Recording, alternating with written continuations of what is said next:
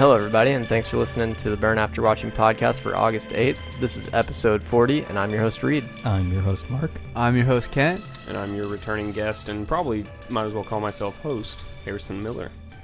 There we go. Harrison Miller. Welcome back, Harrison. Thanks, guys. Welcome back, Kent. We had a little bit of an uprising going on in Harrison's corner, apparently. We need to talk to Mr. Crisp about that whenever he gets back on the show. I'm just joking. Wow. What? All right, that fell flat. We're reviewing Suicide Squad for a bit. Yeah. And we got some picks, and then we got an outro. You can start, and then we'll be done, and you can start doing something else with your time. Okay. Without further ado, here's a clip from Suicide Squad. What? Hey, Angelo. This is the exterminator you called for your rat problem. Account's looking a little thin. No one gets paid until what needs to get done gets done. Nope, that's not the rules. No money, no honey. Whoa, here's your boy right now. With about 20 of his new best friends.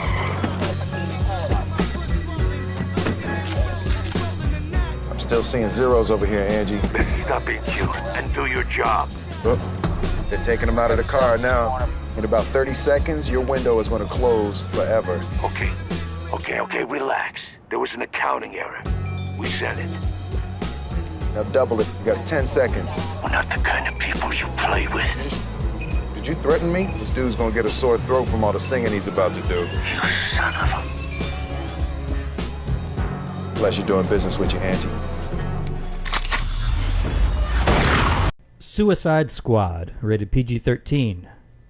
A secret government agency recruits a group of imprisoned supervillains to execute dangerous black op missions in exchange for clemency, which inevitably leads to chaos. Written, directed by David Ayer, starring Will Smith, Margot Robbie, and a bunch of other people. What do you guys think of Suicide Squad? Why do we pronounce it as Robbie? How is it spelled? Robbie? Is it Robbie? R-O-B-B-I-E? Yeah. Then why do we say Robbie? I guess the two long O's in a row makes sense to our vernacular. Real quick, before we jump in, Jody wanted me to get a joke out there. Oh, no. But he didn't want to actually do it. He said we should, really chop this episode to crap. Like the way it's edited, just really poorly edited throughout the whole thing as some kind of meta joke about Suicide Squad. Right now, we should cue, All Along the Watchtower by Jimi Hendrix. We're already on the right track. Go to Give Me Shelter by the Rolling Stones and something else. Something by Queen, I guess. Exactly. Yeah, Queen's very popular. Don't right forget now, CCR. Yeah? Yep. Oh, no. Okay, sorry. Harrison, you want to kick us off? Oh, God. Yeah. Okay. So, I've obviously... hang on. Before you get started. Okay, thanks, Mark. It sounds like we're just going to rip this to shreds, but this is actually going to be a well-thought-out deconstruction and critical analysis of this comic book movie, right? Yeah. Well, I wouldn't go as far to say that because there's going to be a lot of passionate hate for it as I speak, as I think some of us We'll may rein speak. But you we're in. Gonna, we're going to, we're going to all help each other out to maybe get to some strong points of what's deeply flawed about this film. But With go that, for what it. are you going to say? Go ahead. Okay. All right. So I've seemed to become somewhat of a frequent host on the show, and I'm very proud to be so. I like talking about movies with you guys and with the rest of the world at that. But anyway, all around the world. We have listeners all over the world. All around the world, same song. The internet knows no borders. Anybody seen Nothing But Trouble? Dan Aykroyd's vehicle? Yeah. I haven't actually. It's just as bad as this movie. Okay, anyway. Oh, no. I don't know about that. A bad Dan Okay, Aykroyd it might be movie? bad. It's probably better. Yeah. We'll give it that. Fight. Anyway, Fight. I'm not going to argue with you about that. Anyway, so let's get this out there. I don't think I have not been on the show for a comic book film. I'm not a fan of comic book films. I didn't read comic books growing up. I like movies. I like movies that tell stories and coherent stories at that. I like that you're giving us context. Yes, I just want to get out there. I go into every movie with as much of an open mind as I can. It's more lately than in the past, with naivete and everything. When you're young, you tend to just try to hate movies because you can. Anyway, so I went into Suicide Squad like I did Deadpool, wanting to have a good time. But much like Deadpool, I did not have a good time watching Suicide Squad. At all. And that is because it is not coherent. About when did your bad time start? Literally 5 minutes into the movie, I leaned into Kent, and I said, I really effing hate this right now. That's true. Thank you for censoring yourself. we at the Burn After Watching podcast appreciate that. Oh, you're fucking welcome.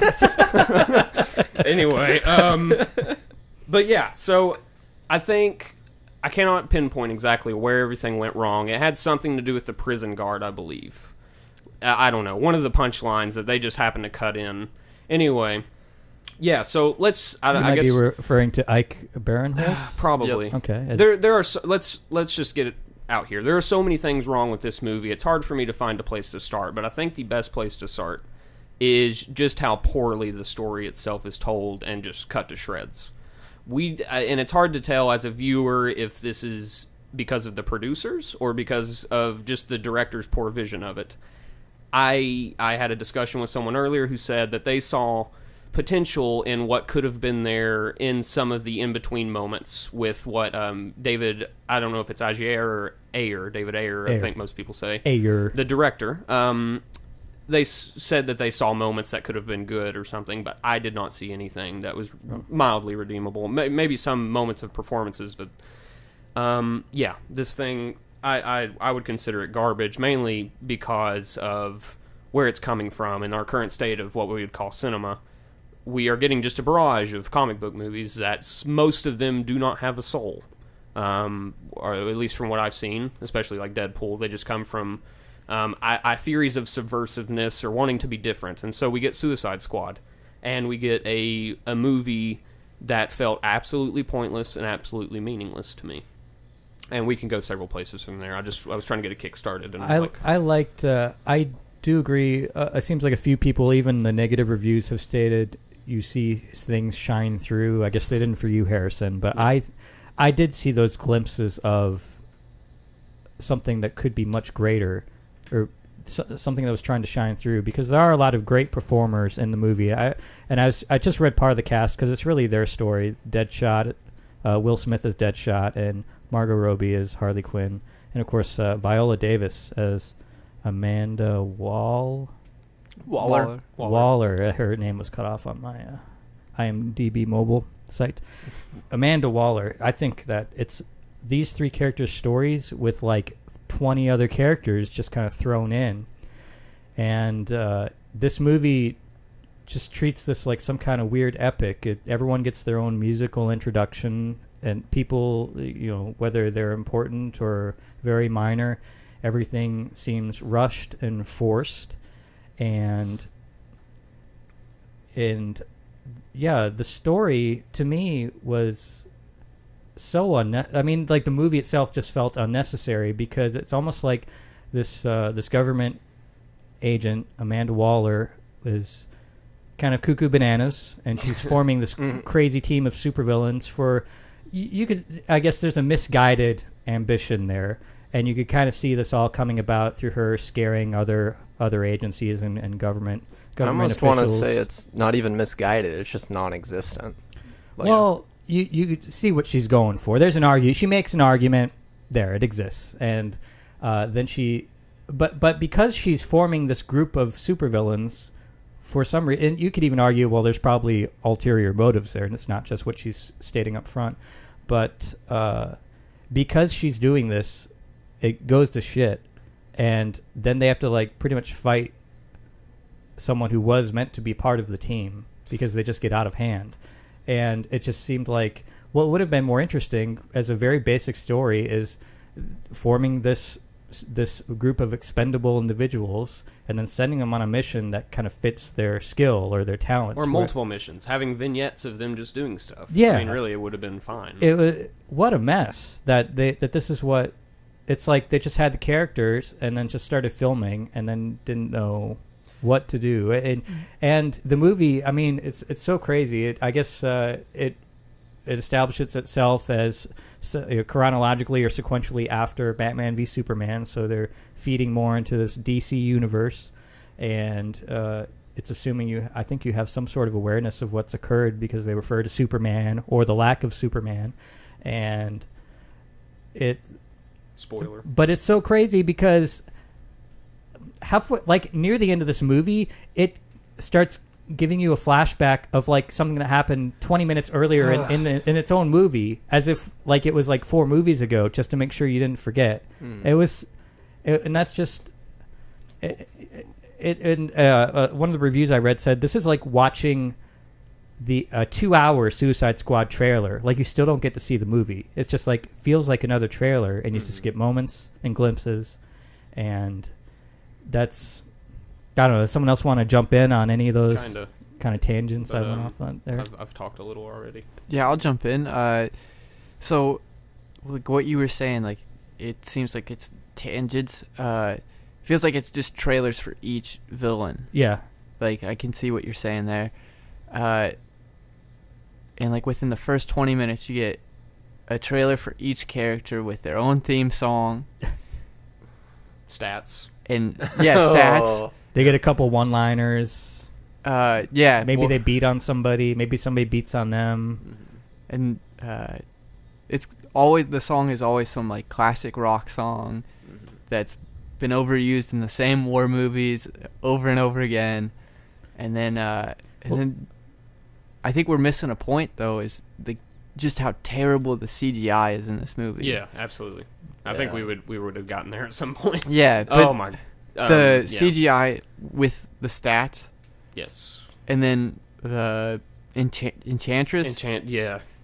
Was she just like waving her arms? The whole time she's like a hula dancer. Yeah, at one point I was wondering why we weren't watching an animated movie, honestly. With some of the things we were seeing on screen and how much was CGI and how the characters were so cartoonish already. I'm like, why is this not just an animated movie? Yeah. Well, I'll say the Enchantress specifically was... That's why, for me, 5 minutes in, I was not already questioning my own taste in movie selection for the day. I was actually kind of enjoying it, and the Enchantress is a character I've not seen anything about, and I actually appreciated some of the style they were putting into it, and then they just flushed that character down the toilet. Yeah. Mm-hmm. Yeah. No, and her original design, what she is at first, is fine, I think. Yeah. Not the black smoky part. It's when she turns into this something else to where it's like this cloud of stuff. It's really even the weird, poorly creepy handled. Enchantress is very derivative of other things that we've seen, which is a lot of what comic book movies seem to be bringing to the table, is things we've seen already. But it was still... There was still something neat about it, and the performance was good. It's but then, like the only good production design part of the whole movie, I would say. Really, Yeah, is that character. That transition sequence with the hand. Oh, I thought that was yeah. really cool. Great. But honestly, is that because the rest of the movie is awful, or is that because that's a truly great moment? Like, I don't know. It's just because it shines. When it happened on screen, I'd not seen anything especially offensive yet to my sensibilities, and I was like, that is neat. And you could see like this, they're going somewhere here. This might turn out to be good. No, I mean, it goes off the deep end pretty quick there.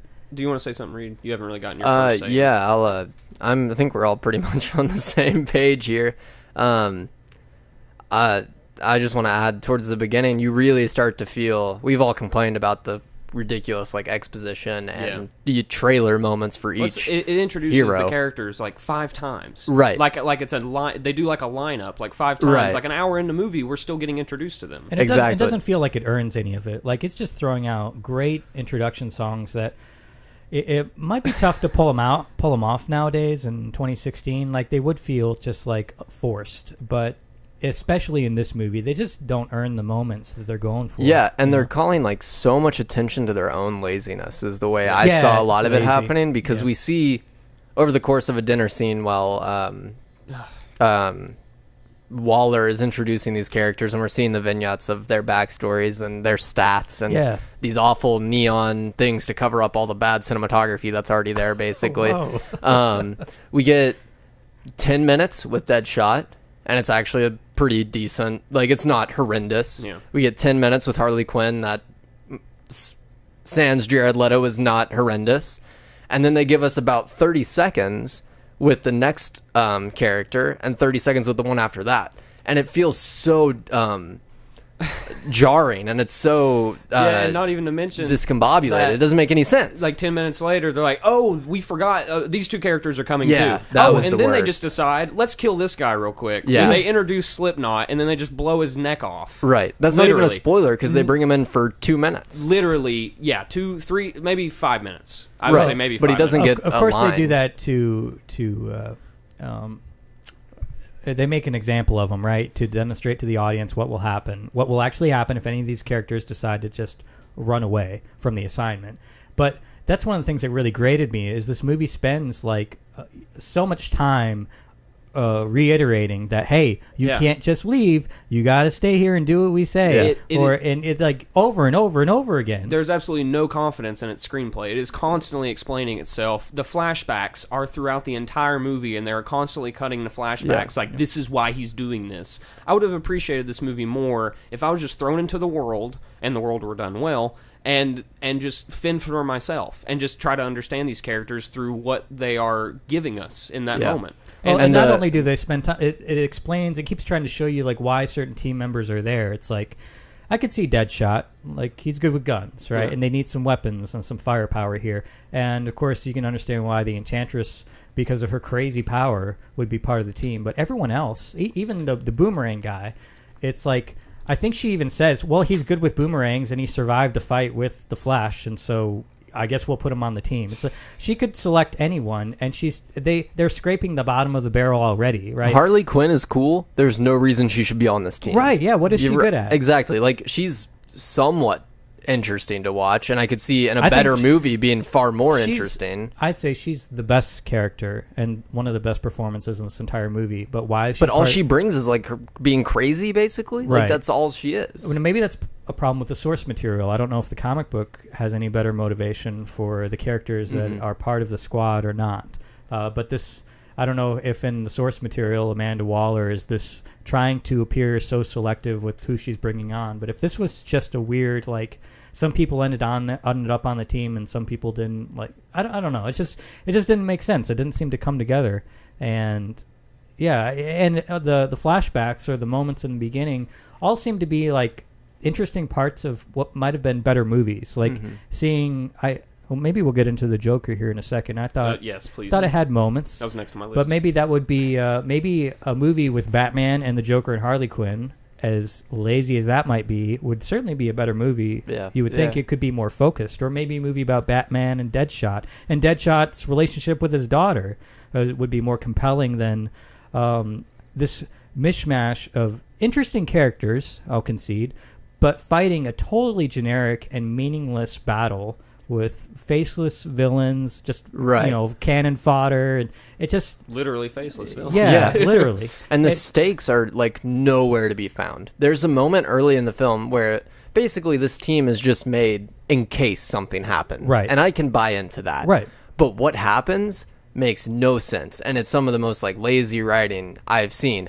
Basically, what you alluded to earlier is that it's one of the team members itself that causes everything to crumble, and causes all the problems. And they spend the entire movie trying to rescue Amanda Waller, from various locations, even though she's a horrible person. Yeah. And that's just really absurd, in my opinion. But early on in the movie, one of the characters, before anything has happened, one of the characters comes up and says, Rick Flag. We can get into Rick Flag later. Okay. But he comes up and he says to Amanda Waller, "We didn't need people like this in World War II. We just fought with foot soldiers." And she goes, "It's World War III." And I'm sitting there, I'm like, we have had no reason to believe that anything is wrong at this point. Yeah. Like, nothing has happened. Yeah, the whole purpose of this is that they're worried that another Superman might come and destroy the world. There is no active conflict in this movie at that point. Yeah, she should have been put. There should have been a mission they were put on, and of course it should have all been some kind of weird corruption, double cross kind of thing.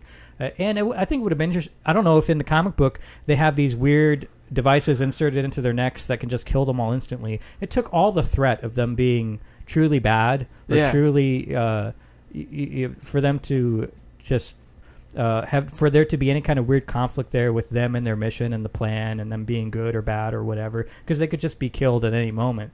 It's almost like it would have been more interesting, even though as maybe unbelievable as it might seem, but maybe if there's somebody in command who is just trying to constantly wrangle them and control their motivations, that would be more interesting, because all they kept doing was holding up some device saying, "We could kill you right now if you don't settle down," and they're just babysitting them. It was just so.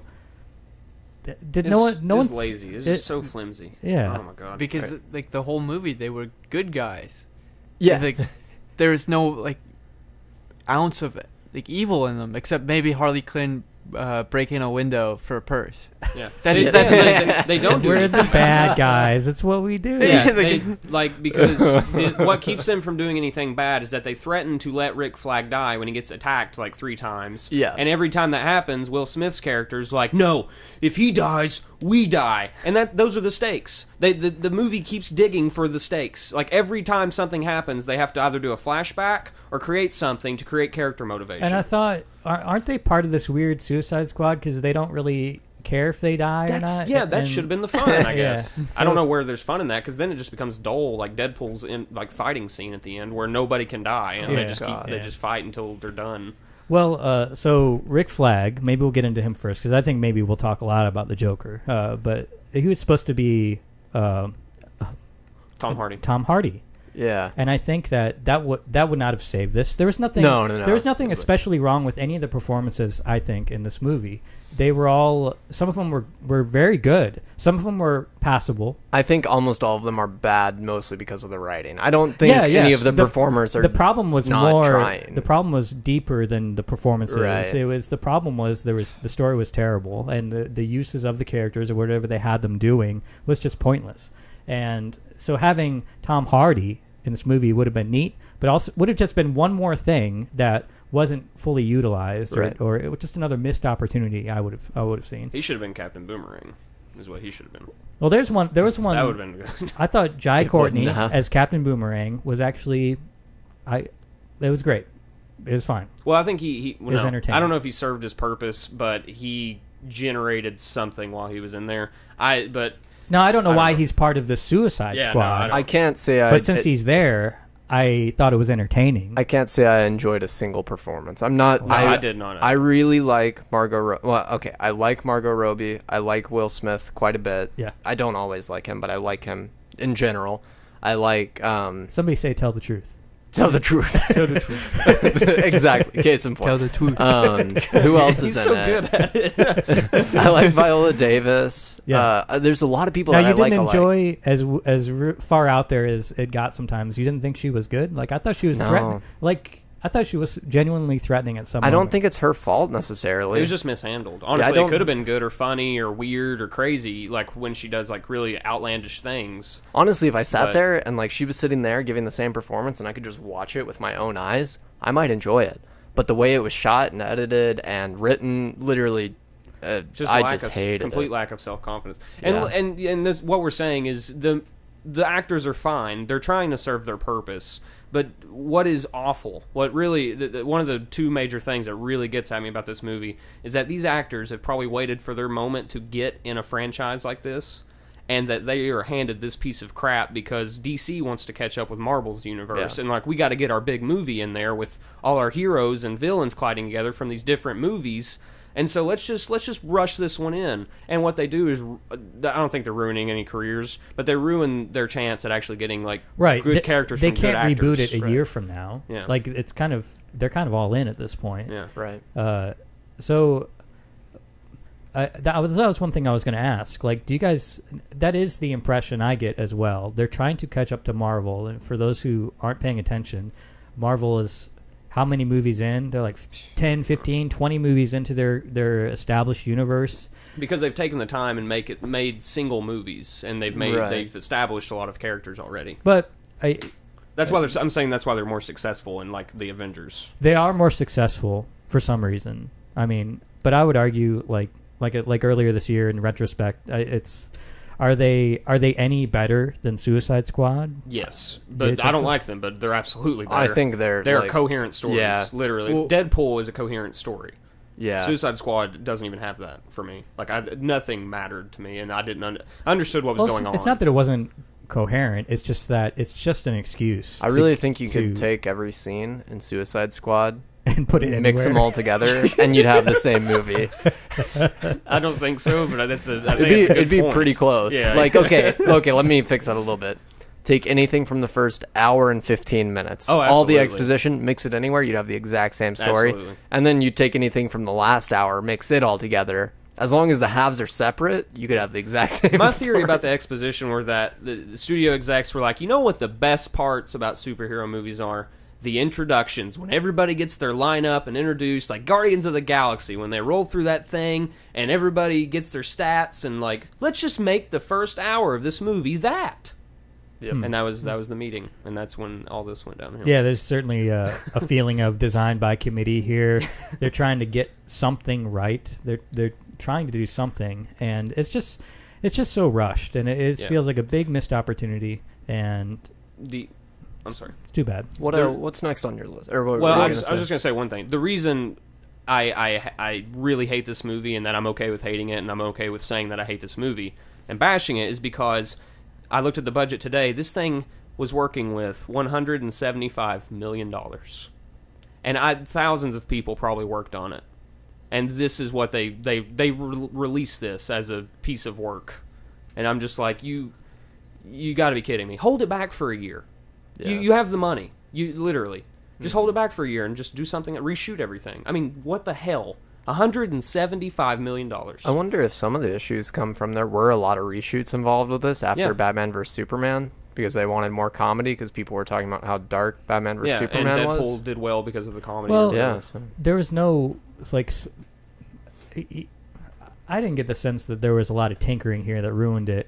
That they just never had a great story to begin with, and they did not need to reshoot. They didn't need to add more effects or add more comedy. They should have just started this thing with a good story. They should have been modest about it or something. They should have just written a good story and then made that. It's so simple. That's why I say there's nothing here to be like to have potential, because it just started from it has bad from the beginning. Yeah, that just goes to show where when you start with nothing, you get what you put in, and when you start with nothing, no amount of star power or special effects or in-your-face attitude violence is going to get it there. Yeah, this wouldn't have been better if they rated it R. This won't be better when they come out with a supercut on Blu-ray or whatever. CGI blood. You just can't fix it. You just got to start. You have to have a strong foundation, and that's the script. You just got to have it. Now, I don't know how much is actually taken from source material comic books, but I don't know. Maybe if this is very close to the source material, maybe it comes off better on the page. Apparently not. I've heard from fans that say it's not based off of a single comic. But Kent was one that said something. Yeah. So like Harrison was saying, how they it feels like they took from Guardians of the Galaxy the stat sheet, or like to me it feels like their source material is like their favorite scenes from other movies, and they just like try to jam them in as much as possible. Like. There's a scene with Joker and Margot Robbie. It feels like James Bond. Yeah. And you got the stat sheet, Guardians of the Galaxy.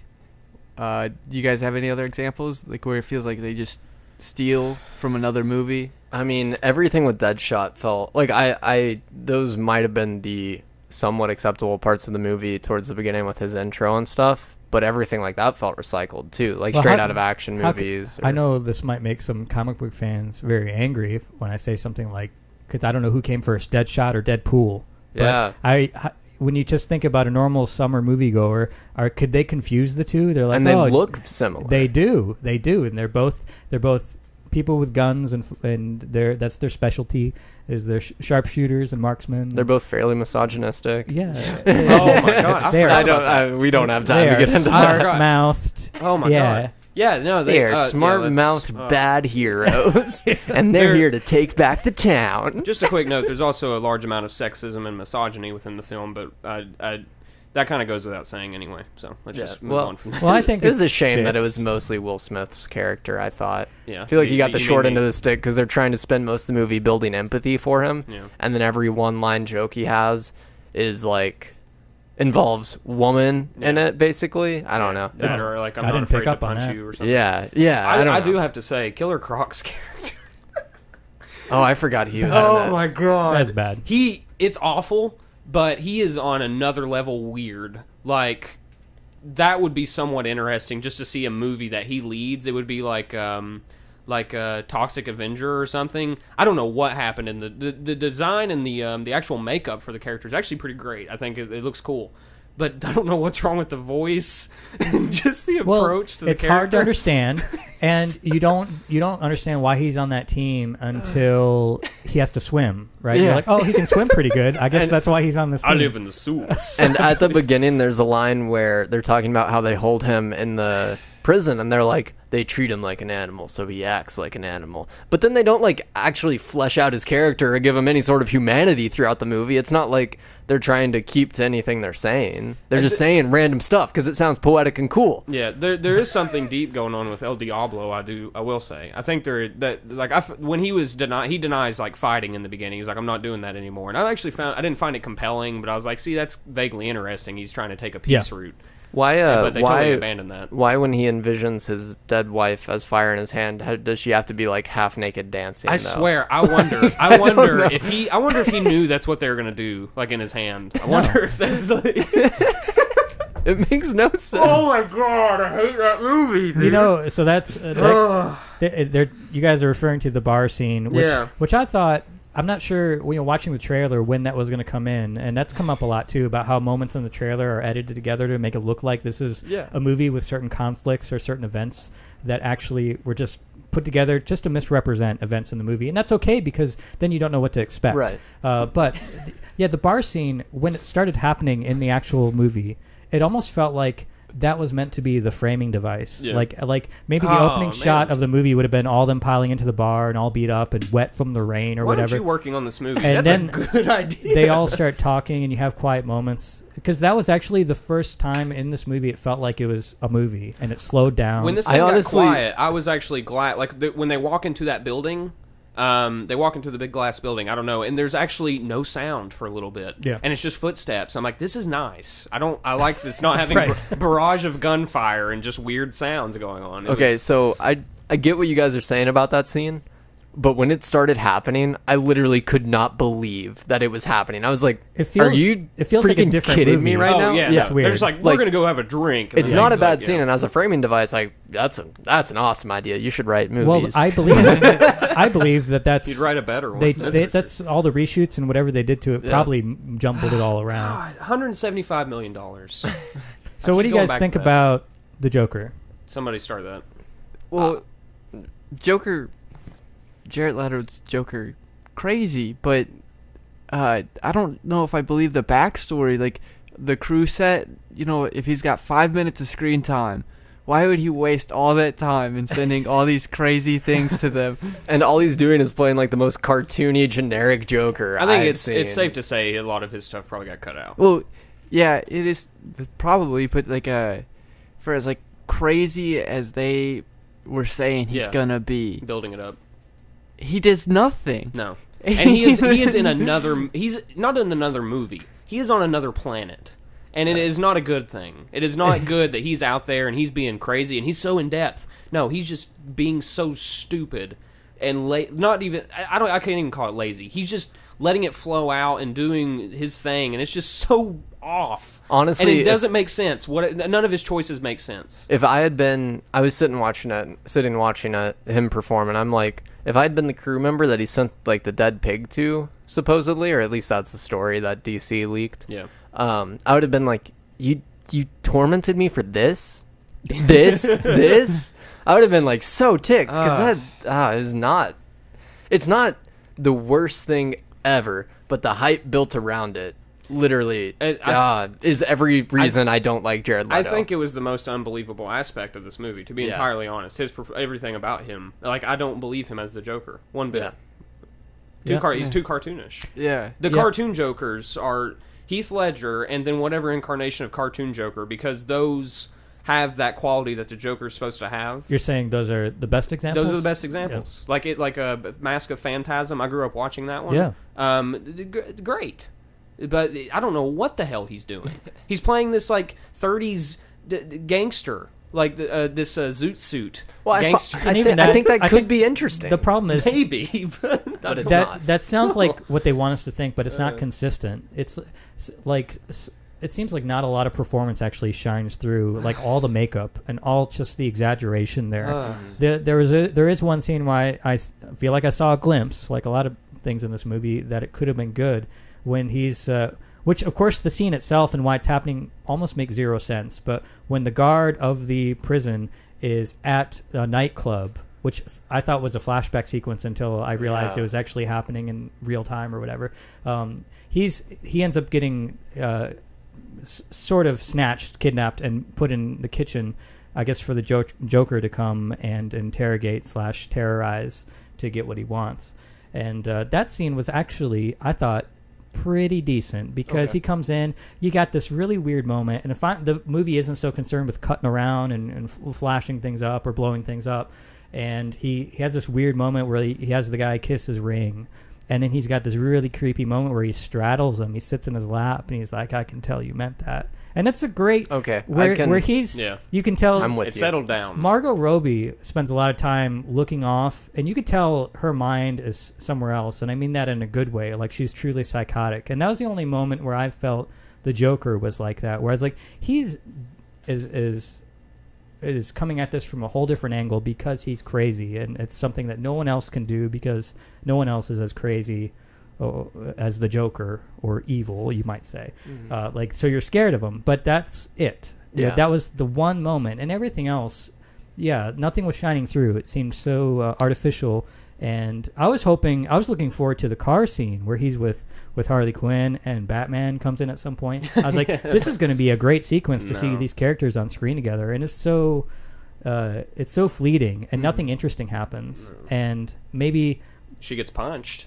I guess some people would find that interesting. Yeah. Some people in our audience. Yeah, I think they got a laugh everywhere. That's something I noticed in some other reviews I was reading. I agree with you, that scene. I think that was okay. Other than the fact that we never see that security guard character again after he serves his purpose. Right. But anyway. And so I thought that was an interesting element. And what else does the Joker do? I thought it was neat that he storms, I guess, prisons and things like that with gunmen and henchmen dressed up like weird characters. I felt like there was maybe something there, but they do it twice. And the second time it happened, I thought they were flashing back to the first time it happened. Maybe they reused shots there. I don't know. But it's like, they do reuse shots in this movie. It was interesting. But I thought, like, that's interesting, but they don't do enough with it. And I hate to compare it to Heath Ledger, but in The Dark Knight, you felt like we've seen the Joker a lot up till that point. No one was quite sure, in video games and cartoons and other movies. And no one was quite sure what to be ready for. And the bank heist scene in The Dark Knight set up the character really great. Good. As something to be that trailer. Keep an eye on, right? Yeah. And you're like, this guy could be a real threat. And then, of course, you had the scene with the mob bosses and the pencil. And I just think it did so much to establish a character. And he doesn't even need to be in the scenes for you to feel like he's in the movie and doing things. Whereas this... there's none of those elements at all. Even when he's on screen, you don't feel a presence at all. And it's just a shame because Harley Quinn could not be better, I think. She could be in a better movie. And she could have better things to do. Yes. Yeah, okay. But you stick Margot Robbie as Harley Quinn in a better movie, there's no work to be done. All you got to do is write a better story. She's got it. She is a good Harley Quinn. Her lines are horrible, and the story surrounding it is horrible. And she's just a lot of the stuff she's given is object in the movie. Honestly, she's just there for us to look at her ass and think she's hot, but man, she's dangerous. What's wrong with that? All right, well, you guys want to do star ratings? We've gone super long on this review. Let's do it. I don't think we missed anything. No, that's everything. You guys go. If you have anything else to add, go for it. But I had a question for you guys, but it's not. It's okay. Think it'll be quick? Well, let's just think about this. What do we look for in superhero films? What do we actually want from them? Do we just want to enjoy them? Do we want to have fun? Do we actually want a good story? That's where I think are we being unfair when we're like, oh, it's so exaggerated? Well, I want it to be exaggerated. I want it to feel like, but then, like I think Reid said, maybe it should be an animated movie. Like you brought up Mask of the Phantasm. There's really good animated superhero movies.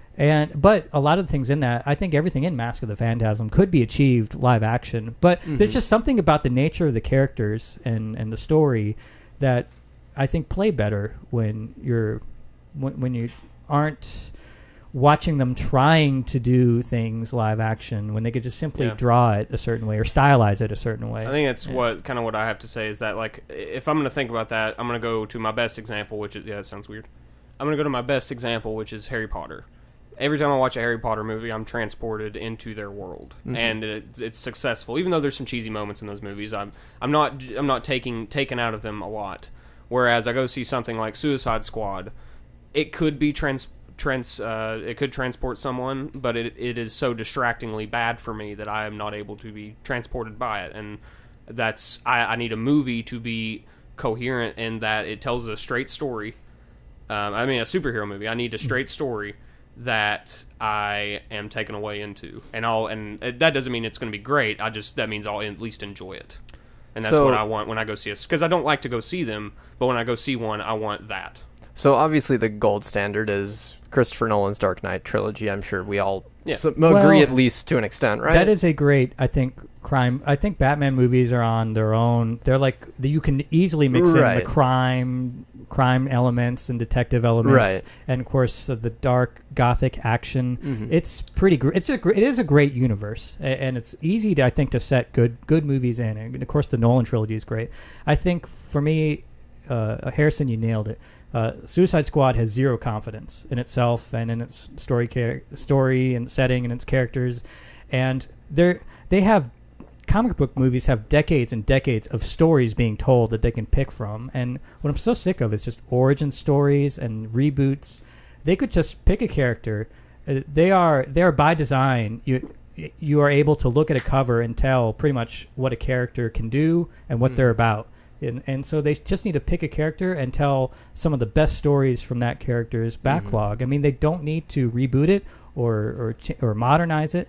They just need to sell something that's true to that character. And there should be just an overwhelming confidence there where it just shows you that there's no filler, right? There should be enough things of substance there that you don't need this weird filler or them to come up with anything new. You just put them out there, man. I don't understand. I think you said the gold standard for you is at least the Dark Knight trilogy. Yeah. And I think those are great movies. They're very good movies. But as far as, like, you don't get superhero films like that very often. Christopher Nolan did those specifically. I think, for me, a gold standard would be the first Spider-Man. Okay. And I think this fits in as well. I think this first Spider-Man and the second Spider-Man both fit in as well. I like The Watchmen. I thought that was great. Okay, that fits into what I'm going to say. I think it all has to do with achieving the tone. I think a lot of current Marvel movies, and to be fair, DC tries for their tone more than Marvel does, but a lot of Marvel movies achieve this very bland and ordinary tone that, like, can take an original story and interesting cinema techniques and overall just make a movie feel bland still. The Dark Knight trilogy, Watchmen, early Spider-Man movies, maybe 1989 Batman, all achieve a much more significant tone that make you feel something outside of the universe when they transport you in. And I don't know, you aren't just watching and things aren't just happening to you. You actually get invested and you feel things during these movies. You feel things, guys. It's feels. Cinema. It's cinema, dang it. That's a good way to put it. Yeah. That's all I got. That's good. Kent?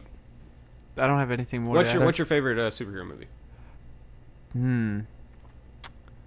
I'd have to say Dark Knight. Yeah. Good job. That's okay. So is this the last superhero movie we'll be subjected to this year, or does Doctor Strange come out? Doctor Strange. It comes out. Yeah. Hopefully, it conflicts with. I think it looks interesting. Other than the CGI, I'm just like, it looks like it takes a Buddhism angle, and I'm kind of interested in what. I thought it looked interesting up until he gets punched out of his own body in the trailer, and when the Marvel logo comes up, I'm like, oh, here we go. I don't find Benedict Cumberbatch generally interesting. You've expressed your hate. I'm just curious for Cumberbatch already. I'm curious what angle it's taking. I don't know anything about the story. I'm just like, what universe is this really in? So anyway, let's do star ratings. I give it a 0. Can you do that? I guess we can. Jody said I can. So Harrison 0. Kent. I give it a 0. Jeez. Everybody's doing it. Don't give in, Reid. Don't give in. Do I need to explain why? No. It is a drastic rating. No, I mean, you explained why in your review. I hope my review explains why I give it a 0. I'm going to give it a 0.5 out of 4. And I'll probably just stay away from zeros overall. So this is the worst movie I've seen this year. Yeah, that's fair, though. I saw a lot of potential big missed opportunity, and I think it's on par with all the other comic book movies I've seen this year. And is that a good thing? No. Okay. So, but I think it justifies a 2 out of 4 from me. That people seem to be getting what they want out of this thing, which is I don't know how. They truly do. But you're not getting what you want. And I'm not. I still. The most intriguing thing I've seen this year come out of comic books has been Batman v Superman, and that's only because it was very reminiscent and derivative of Watchmen, just with the actual superheroes rather than placeholders. All right. And that's it. All right. Well, we're going to take a short break, and then we'll be back with picks. Stay tuned.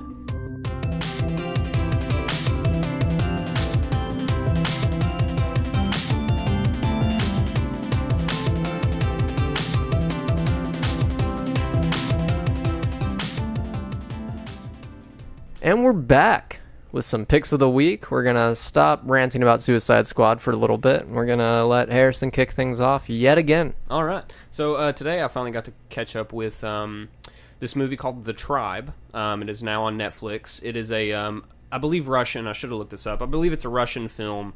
It is entirely in sign language, Russian Sign Language. And the catch is, or I would say gimmick is, there are no subtitles. So it kind of, what some would say, it reduces this movie to its purest form of cinema, to where it's purely visual, and you are merely left to just kind of find your way through the story through how the characters interact with each other. In that way, it succeeds. Overall, as the movie went on, I was questioning why I was watching it, and not why I was like sitting in the chair watching it, but why they wanted to tell this story. Because it was really just kind of an overwrought crime tale. It is set, to give some background here, it is set in at a boarding school for the deaf in some Russian village or town. And we follow this one kid who's new to the school. He gets in with a bad group of kids who are in organized crime within the school. And there's these 2 girls that I don't know how to say this, they're prostituting out. They're 2 girls that go to the school, and they're selling their bodies, basically. They take them to this truck stop, and they sell them off to truckers and get money. Yeah, they're like, I'm not going to say the W word. Anyway, it's pretty... I could think of a lot of other words, but none of them are better than what you said. Yeah, they're prostituting. Sex trafficking. And it's fairly a gruesome movie in that way, and many other ways. They're in other businesses as well, trying to make money, basically. And I don't know, I was just watching the movie, and I was like, okay, I don't really know why this is happening while I'm watching this. And then we start getting these really violent scenes, like this abortion scene, where you watch the whole homemade abortion happen, and then the final scene, which I'm not going to say what happens, is disgustingly violent, to where it's like watching like a school shooting violent, and that's kind of almost what it is. That's as much as I'm going to say. Okay. And it really put me off, and at that point I had realized that the entire movie, this whole plot of we are just left to watch these kids interact, and it's kind of this cool mysterious story in that way, was really just a device to have these violent acts,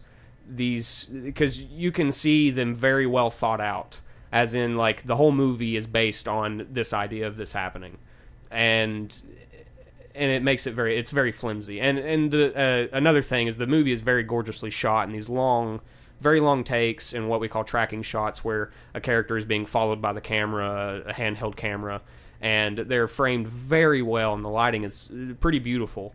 But as I say, I found myself not buying into the story and really just finding everything to be an excuse to shoot this movie, have these really nice visuals, and then have these explosively violent moments that are really just unearned and disgusting and exploitative and gratuitous. And that really, those final moments really just ruined the movie for me, and I can't get on board with it. I cannot recommend it. I think people probably go watch it and see what you think, and see if you have something else to say about it. but I think you'll find yourself questioning it, especially if you've listened to me talk about it. But and the Tribe is on Netflix. It is on Netflix, yeah. Why'd you check it out? Just because it sounded interesting, or did something? It had a lot of buzz behind it because of its gimmick, as I say. It's this whole no subtitles, and it's all visual, and that sounds great. And the trailer is really very well edited, and it's very tense. And as I say, the shots look amazing, and so you're just like, this looks visually interesting, and I'd like to see this. That makes me wonder, when it's pulled off with such skill, and they so intentionally show you things that you did not, that you found very unpleasant or gratuitous, that it makes me second guess that, I take offense to this, because to me, without having seen it and just listening to you describe it, I might be like, well, maybe there's more of a reason, and they went through all the trouble to show you these things. No, right? and I tried to think about that, and really, the whole movie, the movie sets up the way the movie sets up the violent act. They're just reasons to get to the violent act. These girls are being abused, basically, and this boy falls in love with one of the girls, and it leads to him doing this violent act. And there are ideas expressed in the movie, at least some ideas that are tangible through one viewing. I noticed I've only watched this one time. I may be missing things, but it is very much on the surface, and I could be, this is my opinion, obviously, it is very much on the surface just a device to show us these awful things. Well, and I like shocking movies. Yeah. I mean, when they're used to good effect. I'm trying to name some off the top of my head, but there are fairly violent movies that I enjoy, like Eraserhead and things that express ideas when doing so, but I felt I learned nothing while watching these actually happen. So I hate to grind your gears anymore on this one, but what would you say is the easy difference between a movie like this having shocking violence and a movie like Green Room? I mean, I think there's probably an obvious difference we can all think of, but if you want to put that into words, or why is Green Room successful in its shocking violence when this isn't? Obviously, Green Room's an entirely different movie. Green Room, I wouldn't say its violence is used to express any more ideas. It's just how that violence is handled. It's a little more coy with the violence, and it's a little better handled. Its cinematography is completely different. The Tribe is very much matter of fact. All these long takes, one angle. It doesn't cut into any other different like point of view shots or anything. It's just this one take thing. It's not shot in one take, but you know what I mean. Anyway, Green Room. Because for me, it's expressing just I can't get into that right now. It's expressing a lot more ideas to me. Well, Green Room had a point to its violence. Is basically what I'm getting at. I tell you, whereas The Tribe, I did not feel any point. When you tell me a movie has school shootings, essentially, or not shootings but killings, school, children killing other children or whatever, committing violence and abortions, then you do start to question. Maybe it is just going for the most taboo subject matter. I'll tell you this: just watch it. I think you'll like it up until the points, and you may like them. But no, seriously, check it out. It is a fascinating movie in that it works. Like, the movie works. You can watch it, figure everything out, and follow it, and it's well made to every end. I just don't get on board with its subject matter. I'm glad your pick actually is something that you ended up not. It's like you say check it out to have your own opinion, but you wouldn't recommend it. Well, I mean, like in that way, it's kind of difficult. Yeah. It challenged me, and that I respect it. Yeah. Speaking to the language of cinema and shots, when you were talking about watching something with zero subtitles, where you're not going to get anything out of the dialogue, if there even is any, it reminds me of watching Goodfellas on mute on a bar TV. And there actually is. I mean, when you talk about a tracking shot, following a character actually achieves something and actually gives you a feeling, right? And just the visual aspects. Or, of course, Scorsese does a lot of like sweeping like zoom or camera movements where the camera really pushes in on a character to emphasize their fear or their anger, or just as an introduction, and you can feel all the differences. Like they don't always mean the same thing when they happen. And of course, a lot of that kind of goes into like PTA's films of earlier in his career.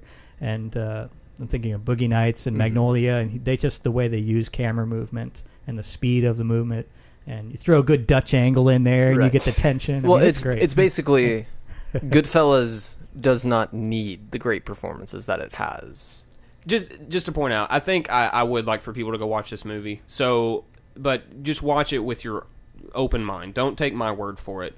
Go in and just take the movie and let us know if you experience something different. I implore you guys to go watch it if you have the time. It's 2 hours and 11 minutes, so it's a little bit of a commitment. But it's fun. It's visually interesting to watch, even though it really doesn't use these very long walking, tracking shots to any great effect, other than that they look really good and they're just very well done. That's basically it. So thank you. Sorry it took so long. Who wants to go next? I'll go next. All right. My pick of the week this week is a movie I saw on Netflix today, Primal Fear from 1996. I almost watched that. Richard Gere, Edward Norton, some other people. I thought you were talking about Fear with Mark Wahlberg. Oh, no, that's different. Great movie. No, this is a Primal Fear. Oh, that roller coaster scene. You say the roller coaster scene. We'll know what you're talking about. Sorry, fingering scene. So Primal Fear. Yeah, this is like a crime drama from like what takes place in Chicago. It follows Richard Gere, who's this high-powered district attorney, and Edward Norton plays this 19-year-old kid who, you're right from the beginning, this archbishop is stabbed to death, and you're immediately following the newscasters, watching Edward Norton run away from the police, and Richard Gere sees this on the news, and immediately wants this high-powered case because he's got a vendetta against the cops in the state attorney's office, because he used to be a state attorney and left him to become the defense attorney that he is, and that's his motivation for all of his cases, is to stick it to the state attorney's office. And Edward Norton does a really great job of playing this maybe psycho, maybe not psycho killer, and the whole movie, you and the defense attorney are trying to figure out, is he actually innocent? Because for most of the movie, you're given this feeling that maybe he actually didn't do it at all, but there are some things that, I don't want to give it away, that changes that. Anyways, it's a great movie. If you like crime dramas, perfect for it. If you like Law and Order, would really recommend it. It's an hour and 45, I think. Ooh, it's prime. It's a good runtime. It's a good runtime. Primal Fear. Was this Edward Norton's maybe a breakout performance? It was, yeah. Since he was younger. Yeah. I've heard him talk about. I used to watch a lot of Inside the Actors Studio, I think is what it's called. And what year did you say it is? 1996. Oh, okay. And this is kind of a staple of the 90s to have an incarcerated protagonist, maybe antagonist, that you kind of flip sides on throughout. And I mean, but this is a, I don't want to say classic. This is one that's brought up a lot as something you need to experience as far as performance and twist. Norton's always good with a character of questionable morale. I've always found him to be a compelling person. It's interesting because the archbishop who's murdered made these teenagers in the movie perform sex acts, and I feel like that's kind of before the time where all the cases came up. And see that spotlight? Primal Fear did it first. Calling attention to it, right? Pre-spotlight. Yeah. I like Richard Gere. I like when he takes on these more dramatic roles. I liked Richard Gere. I'll just take this. This will be my pick. Richard Gere's my pick. I love Richard Gere in what is Unfaithful. A great movie where you think it would just hit all these generic notes, that actually turns out to be, I thought, really good. And he plays this great, just betrayed husband who gets in way too deep as far as his feelings go, and great in the Mothman Prophecies. I think that is a great supernatural movie that does not betray any of its weird paranormal influences or source material. I think it's really spot on as far as very subtle, creepy. There are some. It does kind of go for some monster movie stuff, but I think Mark Pellington is the director, and he really went out of his way to not make a traditional creature. Are they going to show this Mothman creature that people keep talking about? It has this great element of like if you liked Unsolved Mysteries when you were a kid, or shows like that where they dramatize things and they have people talking about what they saw. And this movie hits show. It hits a lot of those notes where people are talking about their experience, and they have very effective flashbacks about what they're describing they saw or how they interpreted it. And then you have a feeling that there's actually a reality, which is what Richard Gere is interested in, and he's, people can describe very outlandish things, but in the end, what did they really see? And so I thought some very profound ways of approaching that material of UFOs and abduction and supernatural beings and weird coincidences and fate and all kinds of great stuff. It's just a great, it's just every category of unsolved mysteries you could run into, missing persons and premonitions, and it just checks all the boxes. And Seeing Jesus? It's great. Maybe. I think I'm sure there's actually, I do think they talk about religion and stuff like that. That movie creeped me out when I was a kid, and I've actually, every time I think about watching a horror movie, which is about every night, I think like, I want to watch that one again, but I never do. I loved it. I've never seen it. Laura Linney's in it, and I love Laura Linney. She's great. So I love Laura Linney more than Richard Gere. Oh. So, yeah. Well, maybe Laura Linney will be your pick next week. That'd be interesting. My pick was originally another comic book movie. I checked out Guardians of the Galaxy. Yeah. Because I keep bringing up how great Chris Pratt is in Jurassic World, right? He's great. And everyone's like, if you think he's great in Jurassic World, if you think he's great in that piece of shit, you need to check out Guardians of the Galaxy. So I'm like, loved it. I've got to check it out. No, I thought that he was really underutilized, which is what people say about Jurassic World. They say he's barely used in Jurassic World to any effect. But I think he's pretty good in both. So here's my theory, is that your first Chris Pratt is your best Chris Pratt. You never forget it. So I'm Parks forever, and Rec. Jurassic World is forever endearing to me, and whereas other people are like, he's great in Guardians of the Galaxy. It was okay. It was okay.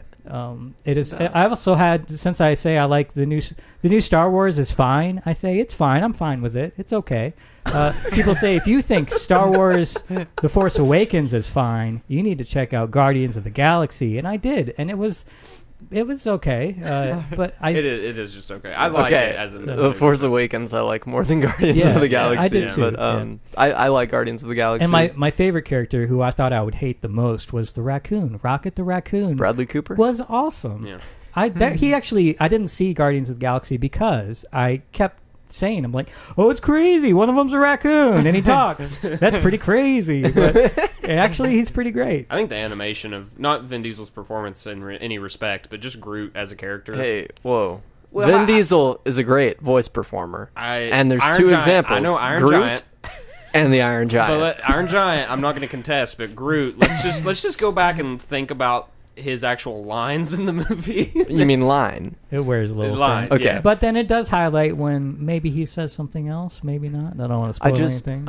I like to think about the footage of Vin Diesel actually recording that and just sitting in the studio for like hours one day and just like, I am Groot, different ways. That like completes me. Baffling to me, because they clearly filtered the voice somehow or processed it, and you did not need a performer. Right. If you want to argue that's what Vin Diesel is, it could have been anybody.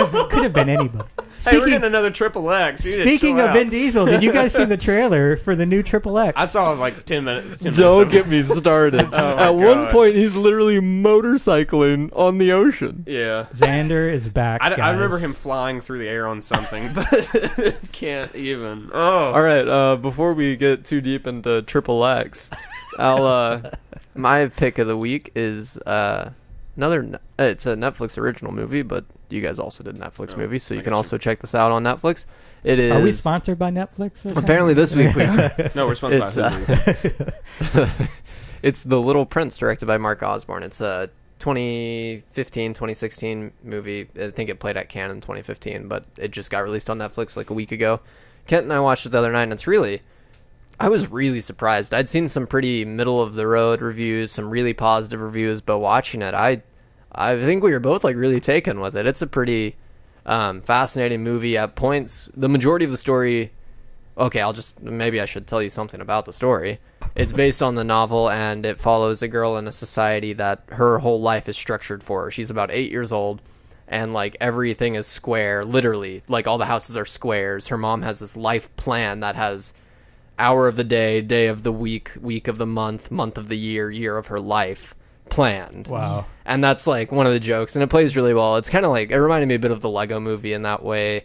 This like very structured, kind of trying to rebel against the structure. And she lives next door to this guy who starts telling her the story about this little prince that he knew back when he was young. He's kind of like this crazy guy. He's the only person with a unique house, and he's trying to start a plane back in his backyard.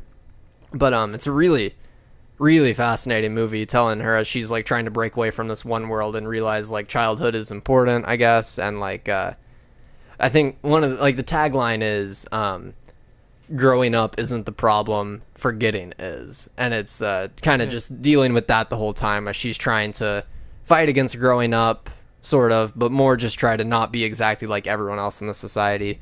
A lot of the movie is animated a lot like a Pixar movie, which is why I was surprised it was even a Netflix release. It looks amazing. Like, it looks like The Incredibles character design, basically. Doesn't the animation switch throughout the movie? Yeah. So whenever they're telling the story of the little prince, it switches to, I didn't look it up, but it feels like almost like a paper mache type stop motion animation that is crazy beautiful. Like, it's amazing to look at.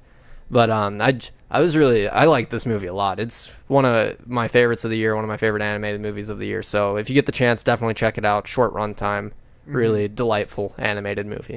They argue that a lot of the problems with society is that the adults have forgotten basically just how to have fun or how to live life. Not necessarily how to be kids, but they forget what it's like when they're kids and they're experiencing things for the first time, or they're just having fun. Because like her mom is kind of... she's empathetic to an extent, but at the same time, she's like throwing books down on her desk saying, here, you have to have all these read by tonight. She's 8 years old. She's clearly not designed to do that, even though the society has kind of molded her into being able to. But as soon as she breaks into like starting to have sort of an imagination and creativity, she can't do that anymore. It's kind of really interesting. All right, so next week we're reviewing Sausage Party. Hopefully, I'm sure. I think that is the decision we've come to. Speaking of animated masterpieces, here we go. How about animated master penises? So we'll see what happens with Sausage Party. Please don't cut that out.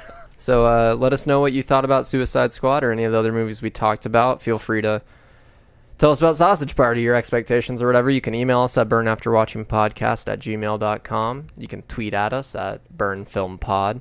Like us on Facebook. Share our posts there. I don't think there's anywhere else to hang out with us, except you can text Kent at 865. Did you say Letterboxd? Oh, yeah, and you can find us each on... Well, you can find... You can. You can find us all on Letterboxd. Just search our names. I dare you. Come up. I dare you. Mark and Kent are not as active as Harrison and I. So I don't think we have anything else. We're on YouTube. Yeah, YouTube. Check them out there. Check it out. We've got some traction coming, right? Yeah. Yeah, that's coming straight from a guest, too. Come on. I share it every week. He does share it every week. Have we been doing the show for a year yet? Nope. It's November, once we get to a year, will it be a memory that comes up? For like, hey guys, hey everybody. Not for the page. Remember, well, we could set up a time hop, and it would be You remember when Burn After Watching became a thing, guys? Remember when it became a thing and you didn't share it? Here's your second chance. Here you go.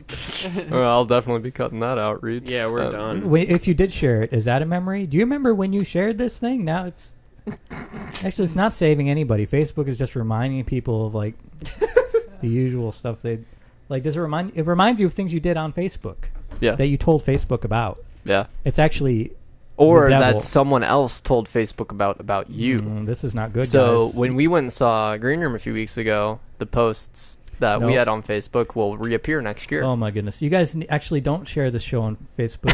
Everyone get off Facebook as fast as they can. Yeah, that's it. That's all I got. I have to use it though because that's what they want you to think. No. I mean, as I further, because feel free to break away. It is the best. Growing up is not the problem. Forgetting it. As someone with hopefully a future in filmmaking, it's my best marketing tool. Why don't you plug your films real quick?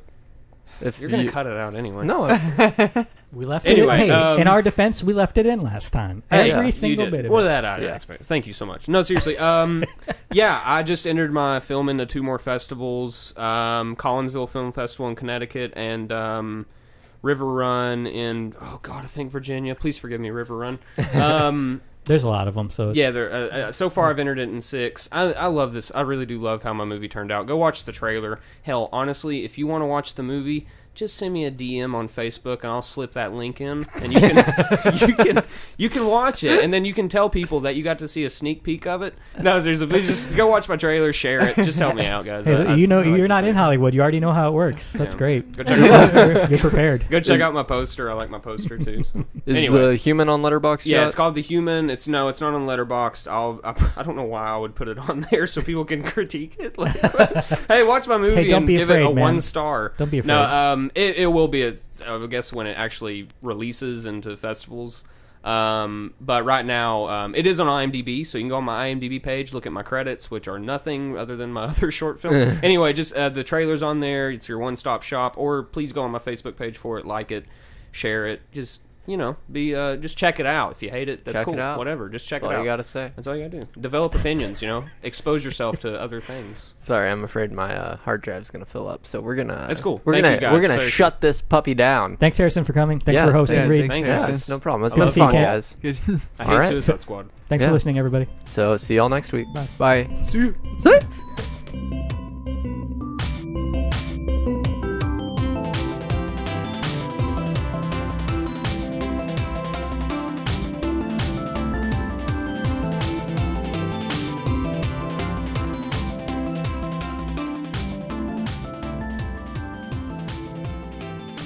The little girl is actually the Facebook Corporation. Yeah. And they're here to save us all, to remind us what it is to have fun and love life.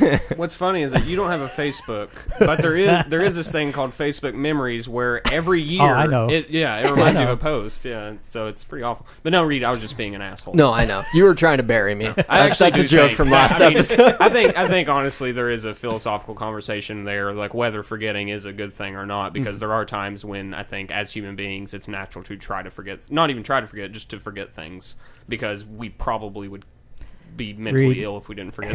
He sounds like me last week trying to argue that teenagers aren't innately evil. Harrison put you 6 feet under, and then he planted a tree on top of your Reid. And he's not digging me up. You got that right. He's not digging me up. You're being reincarnated through the tree. You are a part of the soil. All right. Circle of life.